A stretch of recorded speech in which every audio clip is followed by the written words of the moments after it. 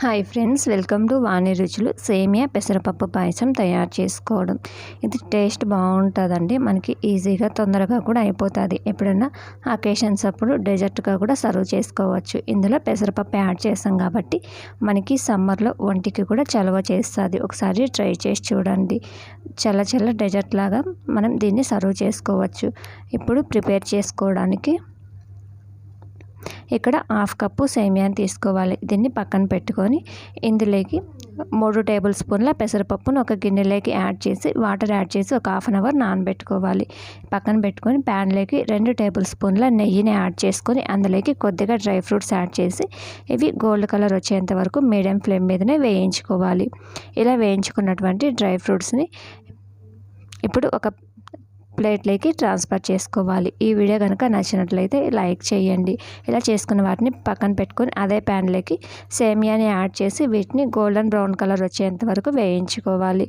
ఒక 2 to 3 minutes ఇలా వేయించుకోండి. ఇలా వేయించుకున్న వాటిని పక్కన పెట్టుకొని ఇప్పుడు గిన్నెని తీసుకొని అందులోకి మనం ఏ కప్పుతో సేమియా తీసుకున్నామో ఆ కప్పుతో 2 కప్పుల వాటర్ యాడ్ చేసి మనం నానబెట్టుకున్న పెసరపప్పుని యాడ్ చేసుకోండి. మీడియం ఫ్లేమ్ మీదనే ఒక 5 minutes ఉడికించుకుంటే మనకి పప్పు అనేది పలుకుగా ఉడికితే చాలండి. ఈ విధంగా ఉడకాలి. ఇలా ఉడికించుకున్న దాంట్లోకి మనం ఏ కప్పుతో సేమియాని తీసుకున్నామో అదే కప్పుతోటి 4 కప్పుల పాలని యాడ్ చేసుకోండి.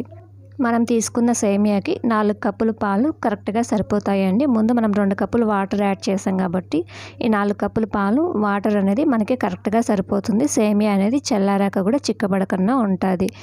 ఇలా యాడ్ చేసుకున్నాక మనకి పాలు అనేటివి పొంగు వచ్చేంత వరకు బాగా మరిగించుకోవాలి. ఇందులోకి ఇలాచీ పౌడర్ని యాడ్ చేసుకొని ఒకసారి గరిటెతోటి బాగా మిక్స్ చేయండి.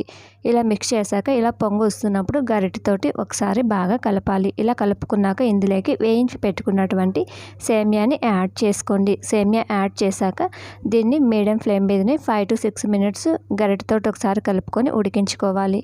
ఒక 6 minutes తర్వాత మనము ఇక్కడ చెక్ చేసుకుంటే కనుక సేమియా అనేది మనకి మధ్యలోకి ఈ విధంగా కట్ అయ్యేటట్టు ఉండాలండి. ఇలా కట్ అయ్యేటట్టు ఉడికించుకుంటే సరిపోతుంది. మరి ఎక్కువ ఉడికించుకున్న సేమియా అనేది చిక్కబడిపోతుంది. ఈ స్టేజ్లో ఉన్నప్పుడు ఇందులోకి 1/2 కప్పు పంచదారని యాడ్ చేసుకొని అలాగే 1/2 teaspoon నెయ్యిని యాడ్ చేసుకోండి.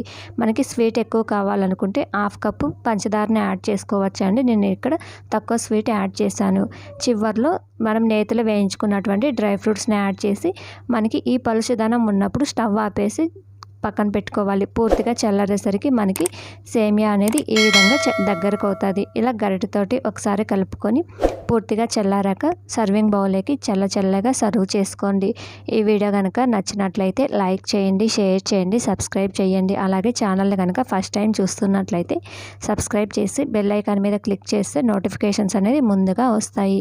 అలాగే మరిన్ని హెల్తీ రెసిపీస్ కోసం ఛానల్ని విజిట్ చేయండి.